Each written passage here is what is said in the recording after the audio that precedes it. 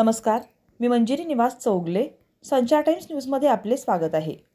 रेंदाळ येथे 1,11,00,000चे विकास कामांचा शुभारंभ होणार. सविस्तर वृत्त पुढील प्रमाणे.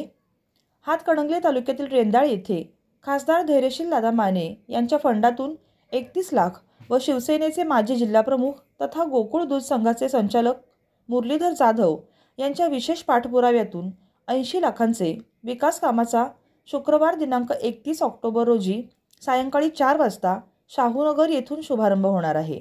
या कार्यक्रमासाठी खासदार धैर्यशील दादा माने, आमदार अशोकराव माने, लोकनियुक्त सरपंच सुप्रिया पाटील, उपसरपंच अभिषेक पाटील, गोकुळ दूध संघाचे संचालक मुरलीधर जाधव, शिवसेना जिल्हाप्रमुख रवींद्र माने, शिवसेना उपजिल्हाप्रमुख अविनाश बनगे, हातकणंगले तालुका प्रमुख अजित सुतार, विलासराव खानविलकर, शिवाजी जाधव व माजी सरपंच, उपसरपंच, ग्रामपंचायत सदस्य, राजकीय, सामाजिक व ग्रामपंचायत सदस्य यांच्या उपस्थितीत होणार आहे.